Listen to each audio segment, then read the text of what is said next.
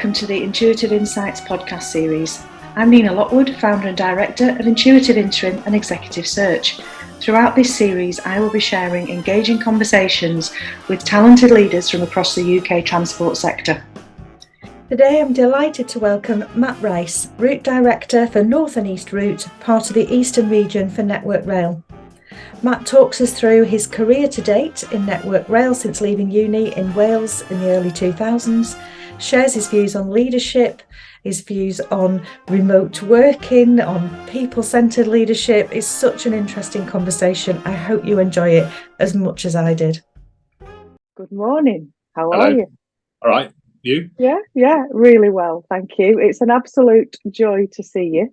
I really always enjoy our conversations. You bring a different perspective, and I love that about talking to you. So I'm really looking forward to this conversation. For anyone who doesn't know you, let me give you your full title. So Matt Rice, Route Director, North and East Route, which is part of the Eastern Route for Network Rail. You have a rather significant team over the other side of the Pennines to me. I'm looking forward to hearing more about the day job. But before we do that, I'm going to start in true Intuitive Insights fashion and ask you to take us right back to the beginning in terms of coming out of education and into the real world of work. What decisions did you make and why? Yeah. Where have you been? What have you done? And what does a week in the life of a route director for Network Rail look like? Okay, quite a lot in that. So let's, I'll forget the good bits and remember the bad bits. Again, thanks for giving me a bit of time to talk about myself. Those who know me probably won't be surprised. Probably going to enjoy this, but I hope that if people do end up listening to it, it's interesting and, if nothing else, useful for whatever brings them to it. So I finished university in deepest, darkest Wales in the early 2000s. And I didn't go through university with a real hard-edged desire to do any one job in particular. Frankly, I was quite driven by, I went to boarding school on a charitable scholarship, and I think all I really wanted to, if honest, when I was in my early 20s, is secure a decent standard of living. Okay. Yeah, I knew I needed a good job. I'd done a bit of work. I got myself a degree. What am I going to do with myself? I took some careers advice, and pretty much the chap in university said, look, you obviously got a capability with people, some of the stuff you did in university. You quite like big things, big interest in multiple things. Why didn't you look at the police? And actually there's this company, bearing in mind this was early 2000, there's this new railway entity, which was relatively new at the time, called Network Rail, I think. And I applied for both. I also applied to work for a sports tour company in Cheshire, just outside Manchester, which frankly at the time would have been the dream job, but it was like 4p an hour, like slave labour, but you got to travel over the world taking sports teams on tours. So I quickly liked the idea of it, dismissed it based on the fact that I thought I needed some quality of life. So applied for the police at the same time as applied for Network Rail. I was fortunate enough to be accepted to both, and it was a real toss-up between the two. I knew more about the police, had a greater insight to what they did, frankly, than rail, but Network Rail were probably, having looked at it, because it was Greater Manchester Police, Network Rail had a national pull, so it gave me more options, and probably a more diverse job entry point. So you're going into the police as a graduate police officer. It was quite a clear career path for the first 5 or 6 years from memory, and it may have changed now, but the Network Rail was basically, look, come on board, we'll give you a reasonable salary, we'll help you transition to professional life, we'll place you in a big city, and we'll give you a year just to find your feet as part of a graduate scheme. So that's what I did. I moved from Aberystwyth in Wales to Coventry, kicked into Network Rail's graduate scheme, did quite a conventional royal tour, trying to learn bits and pieces, most of which, if I'm honest, at the time probably just went over my head. But I never forget recognising very quickly, because I'd been at, again, I mentioned school, I've been brought up in quite a hierarchical environment. I found it quite comfortable at that point in what I thought was a good way, to be in this structured environment where you could look on all charts and go, well, they do that, and they do that, and they're that person, they must be important. And it was a comfortable place to learn. I then got myself my first proper job off the grad scheme in maintenance in Derby, and it was dealing with a lot of line side neighbours, a lot of the external people that interact with us every day, more often than not apologising for some of the way life goes when you live near the railway. Right. We do well-meaning things, but not quite in a way that respects and understands the people that live the other side of our boundary. So I did a lot of that. Again, I was a junior member of quite a senior team, so it was a very early opportunity to be part of a group where, for most of my time in meetings with the boss and his team, I didn't have much to say, but I could listen. And God, I was learning, just like note taking. And much of what I read at university and what you read now about successful leaders was about take good notes, take good record of it, and note down lots of stuff, even if you don't quite know why it's interesting, so you can reflect on it. So I picked that up pretty quickly as a learning attribute, and it's probably paid dividends ever since. I then moved into corporate affairs in Birmingham, doing community relations, so again, dealing directly with lots of people who had lots of questions for us. Moved to some of the sponsorship roles, did some fabulous work with Chiltern on what was called Evergreen 3. So that was, so let's say 2009 to 2011. And just as a bit of detail on that, because it's so relevant to where I think the industry could go now, that was Chiltern, under their current construct, looking to borrow £250 million to enhance the railway the way they thought it should be enhanced from a TOC point of view, to deliver genuine revenue and passenger experience. And going through that journey with some real sort of pivotal people in my career, people whose names people maybe know, like I got to work with Adrian Shooter quite closely. Wow. Joe Kay very closely, Graham Cross very closely, and some more local line managers who were very influential to me there.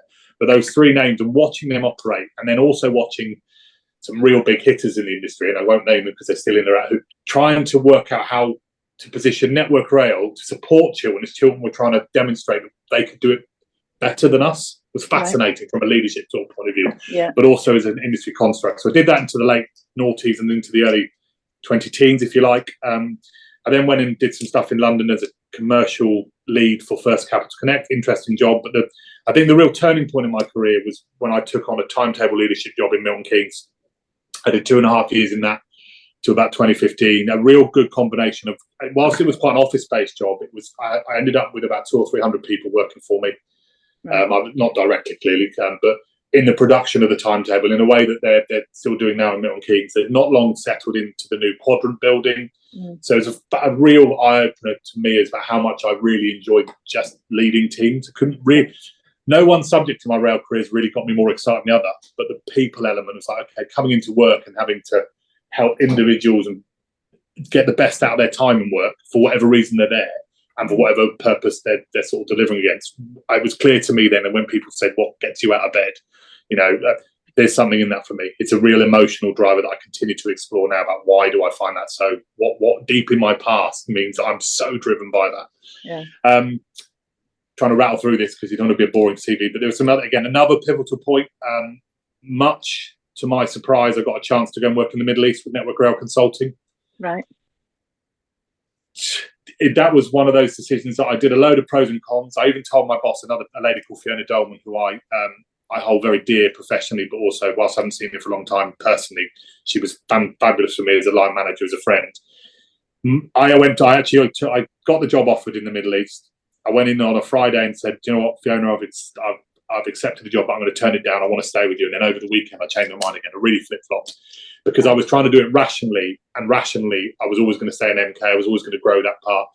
But I was missing the fact that I was getting a pretty rare, unique opportunity. Only 6 of us got to go and live in Dubai and work in Saudi Arabia for Network Rail. 6 people. And I don't think that'll ever happen again. So I eventually said, you may have a long list of 20 things that are good to stay, but there's maybe 2 that are good to go. And I decided, we as a family decided to go.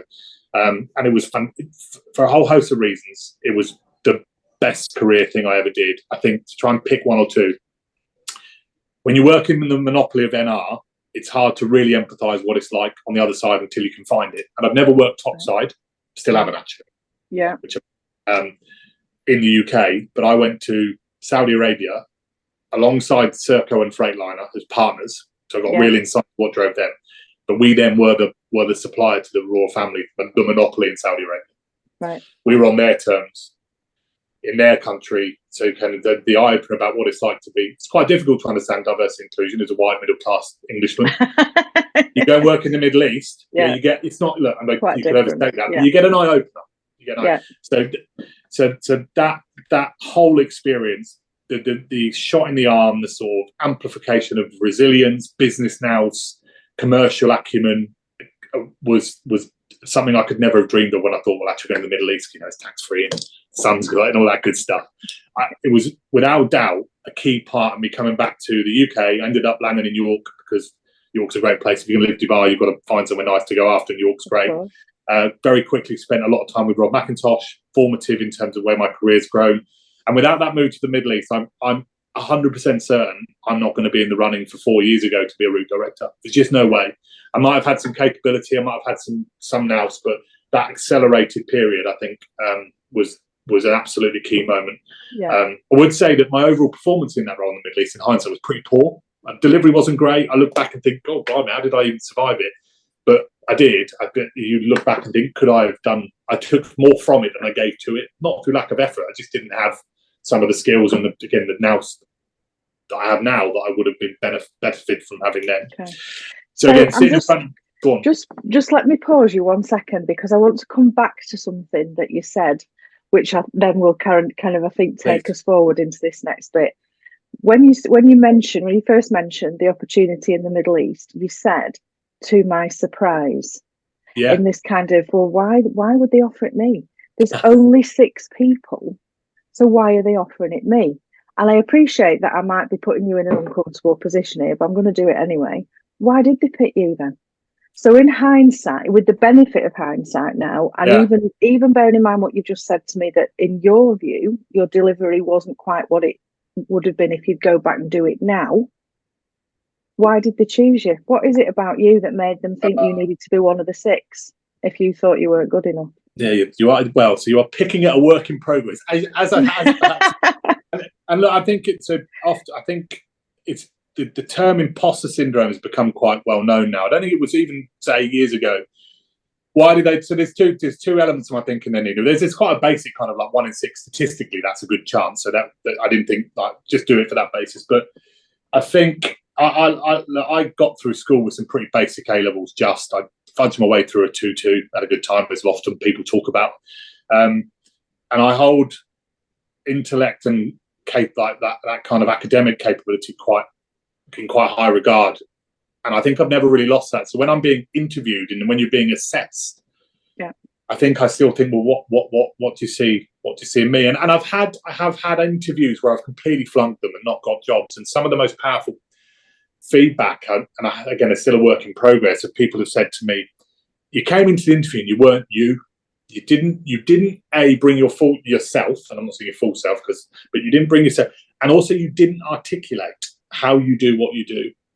And I still now struggle with that at times. I think there is still, without being, I struggle to say it, there's still somewhere in me a humility or a recognition that brilliance exists everywhere, and I'm no better in some ways, or I happen to be the right place. I think a lot of the job opportunities come in the right place, in front of the right person, and emotionally something flicks switch.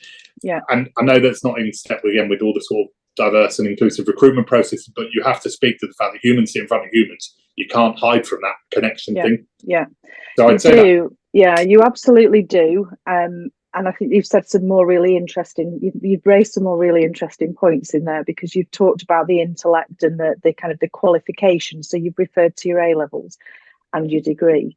And I kind of want to then kind of take you back right to the beginning of your story, where you said that they recognised at school that you had some capability with people. So I've had the absolute pleasure and privilege of working with you as in a kind of client partnership arrangement, and your capability with people and your leadership style is quite different to other people that we know and love in the rail industry. And it's that kind of the capability with people that I think is one of the skills that we need more of moving forward. But it's really interesting for me that you've said, well, to my surprise, I'm one of 6. And then when I ask you why that might be, you're kind of referring back to your qualifications that you got at school and at uni. But what we're seeing all the way through, and you brought it up yourself, is that you're the common thread through everything that you have done so far, and I'm confident that you will continue to do, is people. Yeah. It's how you are with people. I'm fascinated by it. So I kind of wanted to draw your attention. And I'm mindful that if people do listen to this, I'm trying to give some precision to the answer, but it's a constant point of reflection for me. So when I talk about fluffing interviews, I wish I could really consistently and concisely say without hesitation why that is. But I don't think I really fully understand it yet, and maybe I never will. I do know to be true that, and as you know, I've had 4 weeks off because I was pretty sick and all that good stuff. The physical and emotional impact of being back in work on Monday, I could have grafted.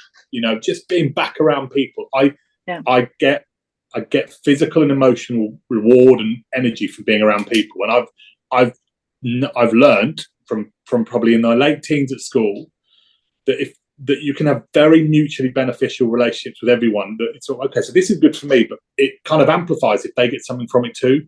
Yeah. And then what society does and what professional work in a Western country does, and both in my school, at University Network Rail and the Red, is, and it needs to be more of, is it will reward you if you can generate brilliance from other people. Absolutely. And if you can, and people, whether it's imposter syndrome, and there's that kind of often on social media, like stay humble. But I think, look, I could take a different view and say, well, like, look what I've done these things. I don't need to do that. If people want to recognise what I've done, then fantastic.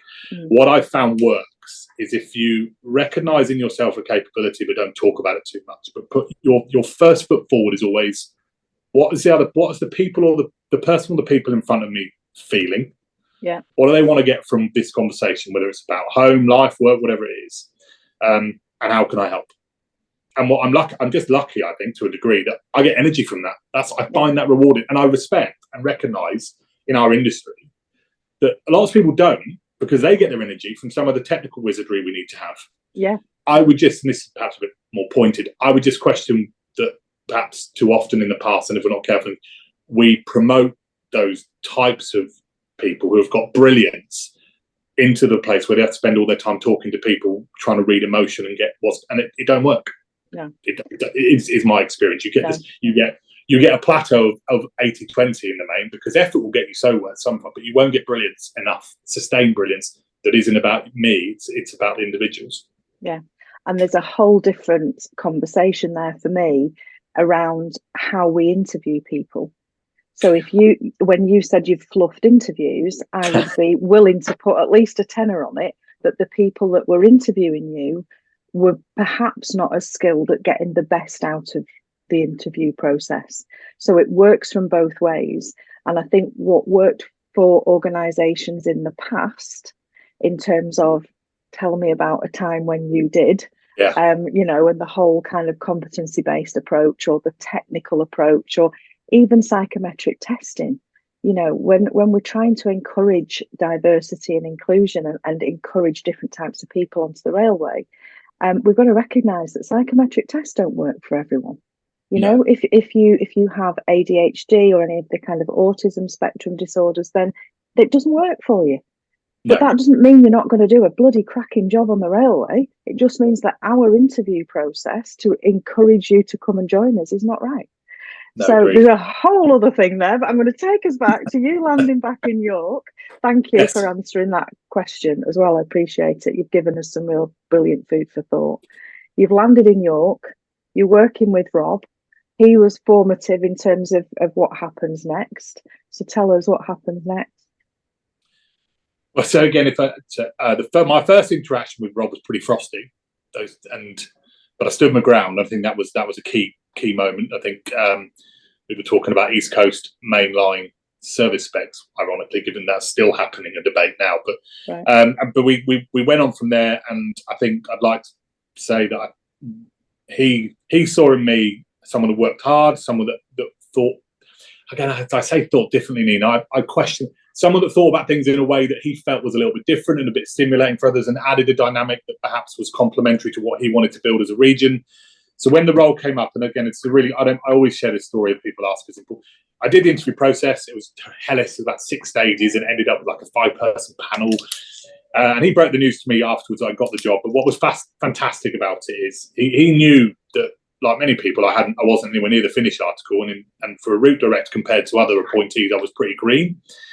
And we just had a chat where he said, "Look, you've got everything you need. You will be successful, but you also need to know that if it doesn't work out, I will tap you on the shoulder and we'll redirect you. It won't be the end of your career. It won't be terminal. You won't forget. You won't throw away all the good work you've done and the reputation you've built. And it was so liberating because it meant from day one, I said, right, I'm game on. Everything I want to do in terms of shifting the role from what I think historically and perhaps in some quarters is still quite operational and quite input driven about railway stuff, I would make predominantly about people. It would be about why are people doing what in any situation that was about, whether it's improving performance, learning from an incident, a safety incident, a change program, a financial challenge, and where is the people conversation in that, in improving it? And again, what I do now is very different to what I did 4 years ago on day one. I think I imagine if you ask the people who were working around me 4 years ago, they'll say the same thing, because my nudge to everyone is literally every day is a school day. And don't be ashamed of that. You will be better if you keep trying and you keep learning and you keep being receptive to what people are telling you. But what will be true is that there is an almost irritating in some people's mind, persistent. Okay, where's the people stories? Where's the people dynamic? How are we making this? And this is the epicenter of what I'm doing now as a route director. How are we pursuing better portraying service performance, better safety outcomes, and great financial management through the lens of creating a great place to work? Because one thing that has never been true enough for me and remains even perhaps further away from the truth now for rail is that it doesn't have enough advocacy for those that it employs. There's not enough people in rail, I think, who walk around saying, I love rail, it's brilliant. Yeah. And even worse, it doesn't have enough advocacy from the customers that we serve, both in terms of people who get on it and move and the goods we use. And I think unless we focus on, my view is, unless you focus on creating a great place to work that's relentless, great performance, not just a great soft place to work, you aren't going to swift that dial. And that is our challenge over the next few years still. We are not short of problems that we understand, I would offer. We are, and we'll perhaps come on to this later on, we are short of an ability to unite, probably rationalise and focus this capability on fixing some of our core issues and improve. Fixing, making better than they are. I think that's important as well. We're not certainly not all that. Yeah. There's lots of good stuff happening. There's lots of opportunity to get it even better. Yes, agreed. Even better. Yeah. Are you able to share? And I don't need a long list, but if you think about over the last 4 years, what you have done and how your approach has been slightly different to how other people are doing it in terms of that people-centered leadership, what would be an example on a day-to-day basis of what that might look like? Yeah, so I'll share what I do without comparison to others, because everyone will do it. Some people made it the same differently. But I have committed successfully to very regular time with individuals in my team. So when we talk about one-to-ones, I think it's broadly, my experience on the receiving is it's always been lip service. Even though I love a lot of my previous bosses and those I've spoken about positively now, one-to-ones weren't a regular occasion, a regular thing. And I'm a firm believer in, if I'm going to get the best out of people, I need to see them a lot. Yeah. I need the ability to metaphorically or physically put a hand on the shoulder and just give them a nudge. Doing it every 4 weeks ain't going to cut it. Yeah. So even now, the first, again, for a live example, I've been 4 weeks off. I cleared the back end of my week, and I've had one-to-ones so far in the rest of with all my direct reports. Because if they aren't clear what I expect from them, what they expect from me, what we're trying to do, their ability to lead 2,200 people in the wrong direction is very immediate. Richard Owens is my infrastructure director, has about 1,000 people. If he's not clear what he's doing, he can move the boat in the wrong direction quite quickly. But equally, he's not going to have an emotional connection with me that gets that added value, I think, if he's not seeing me enough. Yeah. So a relentless commitment to that I thought was an obvious, but has been very difficult to sustain. And people at every level of coach tried to coach me out of it. You can't give that much time to your people. Well, I just refuse to accept it. And it's hard. Some people have to go a couple of weeks without it. Some of the team may not like that much attention, and you kind of have to bend a little bit, but it's a commitment they have from me, and we work on it, and it's maturing well. I think the other thing I've done that was somewhat different, not radical, but underpinned by a lot of reading and listening I did to companies that are, in the main, by whatever measure they operate in, successful. And I remember reading a lot about Bob Iger, who runs Disney now for the second time. Yeah. I'm aware that Disney's often trotted out as a Disney a great customer service. They are a very, very successful company, but they're not without their issues. And if you look at executive transition, Bob Iger's had to come back because he didn't get it right the first time around. But one thing he talked about is he runs a asset-heavy, customer-focused worldwide business. It's not. It might feel different, but there's a lot of similarity. He would at times, and for quite sustained periods, have his worldwide executive team together twice a week. So I very quickly went, hang on a minute, why am I only seeing my team every 4 weeks?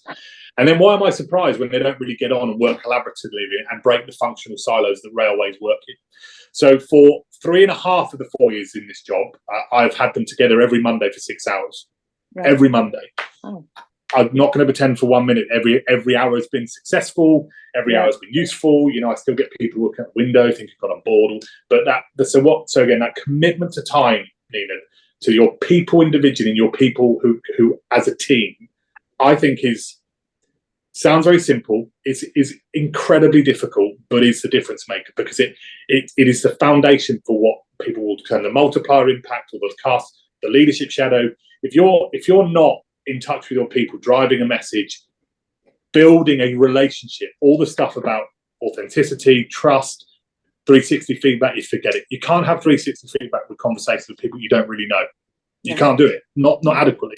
It's a time thing, and you have to be brave enough to do it, and you have to be relentless in an industry that will pull you, as in these roles, every single hour will present you something you probably didn't quite know would come up, operationally, politically, people. You have to stick at it, and you can't shy away from it. And the results, they're not quite where I'd like them to be in terms of trained service performance, but in terms of some of the business results are a direct consequence of that. Direct consequence of it. And I think what I'm hearing, and you've helped me recruit a couple of people. I've attracted some, I think, superstars from some of the talks recently, and they're coming because they're hearing part of what they want to do is work in that environment. If you that's back to that kind of imposter syndrome. I'm thinking, well, really? Okay, that's what you say, then I'll take it what it is. But I am comfortable to say there's some logic driven by research, driven by peer reviews on big successful entities that I put into place. And I would say to anybody, anywhere, whether it's Andrew at the top of our business, or the groups of people who have the hellish job in my business of running sectional teams, or driver managers in the operating world, or station managers. If you do not see your team and your team frequent enough, you will not get them where you need to get to. You just won't. It just won't happen. And that will be the biggest change I would say to anyone. And it'll be the first, if I ended up in a new job in the next 2 or 3 years, people will need to expect that from day one, that is what I'll be talking about. Where are you? How often are you seeing your people? And it makes so much sense. When you explain it like that, it makes so much sense. We both know, because you kind of work in an environment where everybody's busy. There's too much to do. There's never enough hours in the day. So having meetings with people, it kind of, another meeting and a 6-hour meeting behind me, that's a big commitment of time. But everything you're saying makes complete sense. I could touch about this for hours. I need to be mindful of time. I'm going to ask you one more question on this before we move on to me getting my magic wand out and asking you for your 3 wishes. Just one more question on this, Matt, specifically in relation to what you've just been saying. Obviously, during the heady days of 2020, we couldn't all be together in a room for 6 hours. So everybody reverted on to doing what we're doing now on the video call. Were you really champing at the bit to get back to having everyone in the room, or do you think that video calling has its place and you've continued to use it? Does it make that much of a difference to have people physically together? There's a few things so try and keep me to time, Lily, because again, I'm times I know I'm not very pithy. So look, I sustained my approach during COVID, hard as it was. That time, yes, it was on Teams. Consequently, when I was talking to Andrew Haynes a couple of weeks ago about some of this stuff, I'm not where I thought I would be, but we lost a year, I think, because we weren't face to face. What do I mean by that? In terms of, we know from our engagement scores that I've done, we successfully grown a real level of engagement, penetrated 2 or 3 levels down in my business, but we've not got deep enough. And I think part of that is because it wasn't just the ability to not directly see the direct reports or the kind of senior managers. It became more difficult, not impossible, but to see those people delivering in the sharp end of the business, in the fresh air, or the operational environments. And so there is no doubt, and I don't run a business that accepts that you can lead people without seeing them physically. Yeah.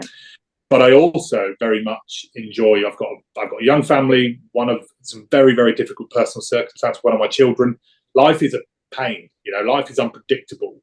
And great people can be and should be trusted to work flexibly within all the advantages that we as a developed modern Western world can enjoy. This call is done remotely. Would I prefer to do it as a team? Yep. Would it have taken 16 weeks probably to get in the diary? Yeah. So it's fine. Yeah. It's fine for what it is. But I would say if you can't sit in front of a direct report on a frequent enough basis, and you may say, again, if I've got section managers ever listen to this, I've got 35 direct reports, I've got to fix that as a standard point. But if you can't sit in front of them frequently enough, you will never be as good as you can both be. Doesn't mean you won't get it done, but we're not an industry that isn't talking about getting it done. We get it done most days, but we aren't as good as we could be. And so use Teams. Don't travel all the time if you don't have to. Be kind, look after yourself to that degree. I'm not traveling this week. It's the first week back after being ill for that reason. But to your question again, I think it's the third time I've answered it in that context. You have to physically be with them at time. I talked about metaphorically. Can you put your hand on their shoulder and say, "You okay? You're doing all right? Do you know what you need to do? And can you get on with it?" Yeah. It's a massive subject. We work remotely. My business model for 10.5 years has been remote working. We will never have an office. It doesn't work for our business model. I love being with my team. We do it once a month. We all meet up in Manchester. So we come from various different parts of the north at the moment, although nearly hot off the press, but I can't reveal it yet. There will be kind of South representation as well, which is very exciting. However, with that bringing everybody together and being in one room together for a day is massive. It's just massive in terms of that connection. Our business is all around connecting people, but we need that connection amongst ourselves to remind ourselves who we are, what we do, why we do it, and how good we are. So it's that feeling of coming away yesterday. I was absolutely bouncing off the walls. It was amazing. Physical, safe, in the same space works really well. I agree. So 3 wishes. What we're going to do, I'm going to give you 3 wishes for what you would like to change, where you think the transformation would be most powerful in this wonderful industry that we both work in. So one of the ongoing challenges that my own team give to me is that there's one of the definitions is ideas fountain, like just constantly full of ideas. Is that what So if you were to ask me tomorrow, I might give you another 3. And if you ask me, but I can't. To anchor it in some of my current thinking, there's probably 3 things I want to play a part in, if not having a magic wand, but would dictate the industry needs to run at now, and because some of them are going to take a while. So I don't think yet. I think the whole industry structure is OPEX inefficient. I think we, for the sake of trying to collaborate ourselves to death, we've got too many entities running a railway. That's maybe quite controversial, and people might talk about remapping TOCs and all that kind of stuff. But look, you've got 14 routes in 5 regions and an emptying different TOCs and FOCs running different things under different commercial arrangements. It requires a huge amount of overhead to make that work effectively as we can. And it isn't a system designed for the customer. And GBR is what it is, and it's certainly something driven by the right intent. But we've got, if I had a magic wand, I would streamline a lot. I would remove some of the operating entities. I'd strengthen the regulator to allow more operating monopolies, but I'd strengthen the regulator to do that. And I'd put the focus again on how do you deliver the best customer experience. Fewer brands, fewer ticketing, fewer NR entities, so it's simpler and it costs less, frankly. So that's one. Love it. I love controversial, Matt, as you know. Well, so I'd like to, it's just off the middle. I could live by. Gently controversial. But there's too much. There's too many people trying to operate a system that should be quite simple, and that's that. And I'd be a bit more pushy on that. I think the other thing I'd talk about is quite personal to me, and very sort of pertinent, is the railway. My son is wheelchair dependent but not disabled, so he can walk, but he has to be in a wheelchair because he can't regulate his behaviour. And I've used that to drive me to a position where we're doing some great stuff with people like Northern about how we make stations quite accessible. That feels really odd with where the government is and where the whole ticket office thing is at the moment. Personally, that's a challenge for me. So if I had a magic wand, I would stop pretending that capital spending was a reason why you couldn't make the railway physically accessible for all. Yeah. Our national economics are what they are, but we could tomorrow decide we will have a railway that is physically accessible to everybody in the country. We decide not to for a whole load of reasons, and we rely on what I would call public figures who have accessibility challenges to drive us to be better. We need to be better ourselves. I have failed massively at some of my changing places issues at Leeds. We are not where we need to be on that, and I would make a magic one would be a complete game changer in that. Yeah, absolutely. And the third and final piece would be that probably the operated complexity multiplied when you look at buses, trains, planes, automobiles, Uber.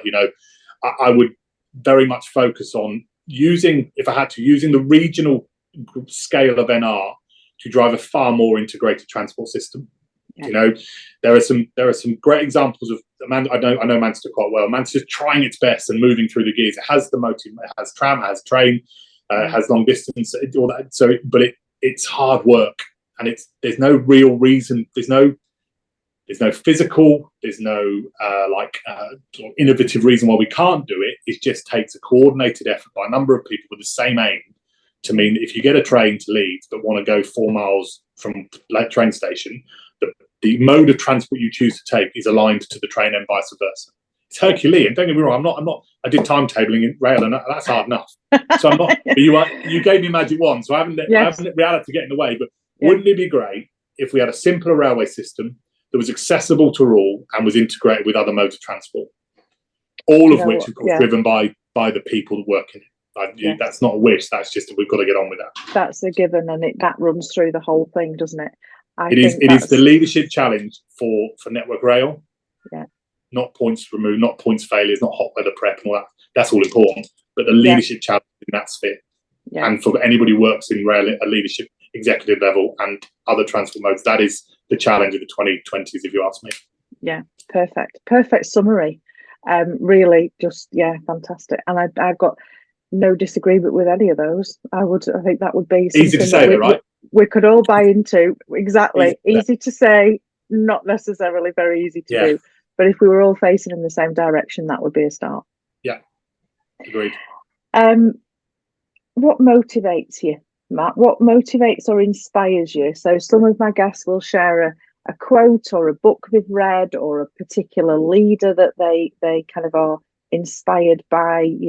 What's your go-to? If you because we all have them, don't we? We wake up in the morning and think, even me, I sometimes wake up and think, oh God, right, I've got to do the day. Where do you get your energy? I know you get your energy from people. It's kind of is there any kind of a go-to for you that inspires you? So I'm still this is very much a work in progress for me, working out how to. So I don't think this is a precise answer, but I'll give some flavour to what I go through.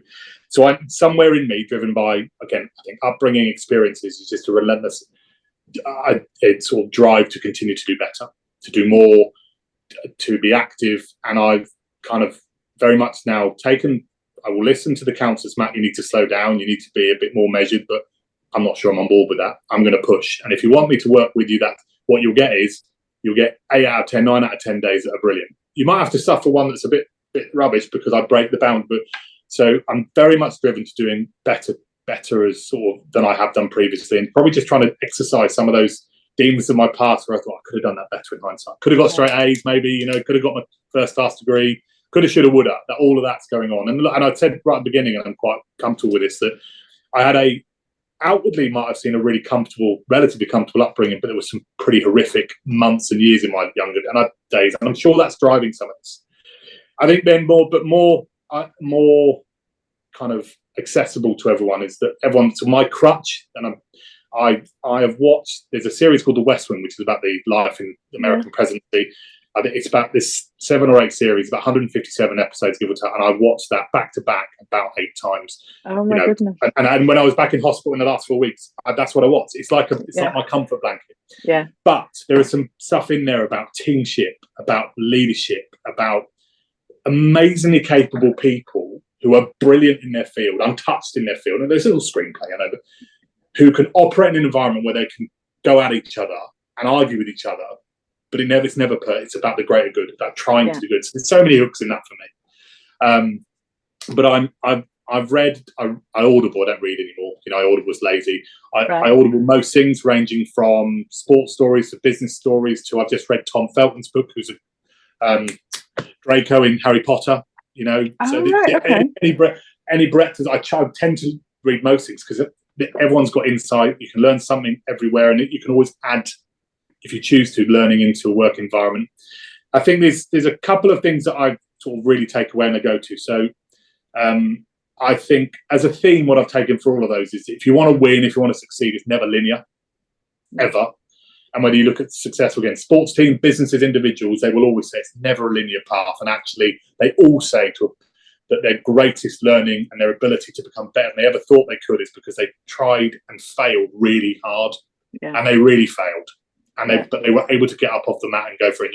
You Google that, there's about 1 million quotes on that sort of stuff, but it's true. And that has enabled me I guess that helps me embrace the gambler in me.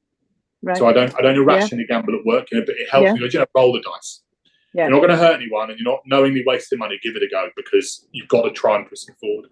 Yeah. And then I think sort of in the spirit of being brave, but is that there's a well-known quote, I should have remembered the name, about never doubting, that a small group of people can really change the world because it's the only thing that it ever had. Yes. This is a bit corny, but I try to think about, can you imagine, I lead 2,200 people. What if that small group was 2,200? What if that was 40,000? Because that, I think, is what we're dealing with as an industry now. If the industry continues to rely on people like Andrew Haynes to make the difference, we will never progress, because he's many things, but he's not a magician. No. And he's only one man, despite what he's so everybody's got to step up and try to do more than they think is possible. Yeah. And see what happens.